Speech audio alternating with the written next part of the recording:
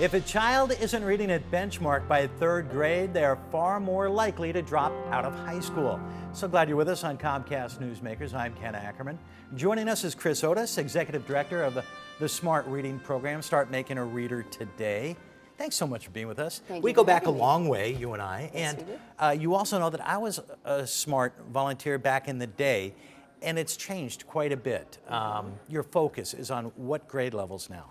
We're working with young students, so pre-K through third grade. And I think back in the day, as you put it, when you were working with us, we were focused on kindergarten through second grade. So you've expanded that to include younger kids. What have you learned through research?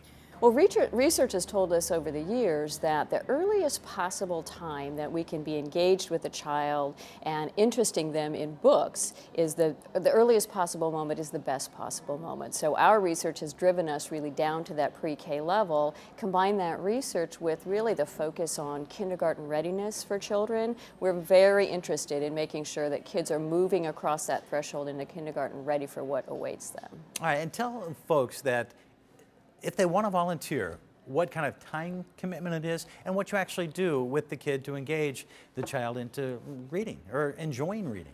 Well, our program is really built around interesting kids in reading. So we're built to complement what's happening in the classroom situation, not a curriculum-based program, but really igniting kids to enjoy reading, giving them an opportunity for practice time and to build their own confidence in reading.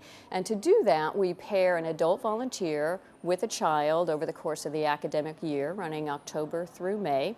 And that adult meets with that same child once a week in a half-an-hour setting, and they simply spend time reading books that that child is interested in. Sometimes the adult reader is reading, sometimes the child is reading. And a lot of times you find out that they don't have a book at home, not a book at home. Right.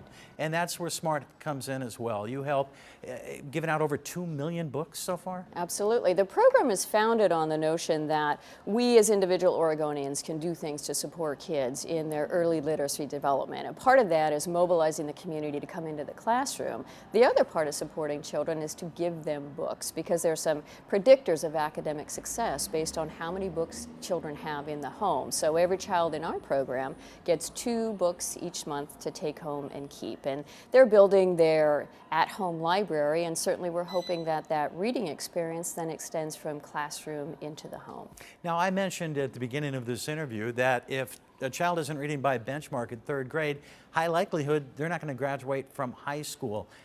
Is this new research that's just come out, or have we known this for a while? We've known this for a while. I think what we're experiencing now, at least with our program, is really a very specific focus on how do we do something to help address that. Because there's a lot of research that will tell you that kids who are not reading at benchmark are more likely to drop out, but simply life will be harder for those kids. Reading is the gateway not only to enjoyment in school and academic success, but some would say life success. Well, you've had, 100,000 volunteers? Over 100,000? Yes, absolutely. And how many kids have you affected? Over 160,000 kids have been through the SMART program. Unbelievable. And we're talking about Title I schools. How many schools are you in? This year we're in 250 schools across the state and pre-K sites, so we work in partnership with Head Start as well. All right, GetSmartOregon.org is a place to go if you want to maybe learn more about volunteering. Absolutely. And the volunteers, do they have any training, or do they just have to have a love for kids and know how to read? Well, they certainly have to have that, a love of kids and an interest in supporting kids in reading, but they do go through a background check with us, and then they have some training that our staff provides them. All right, Chris Otis, thank you very much for joining us. Thank you, Ken. And we want to thank you for being here as well. We're at the Oregon Historical Society. If you live in Multnomah County, it's free of charge. For the crew here at Comcast Newsmakers, I'm Ken Ackerman. Make it a great day, everyone.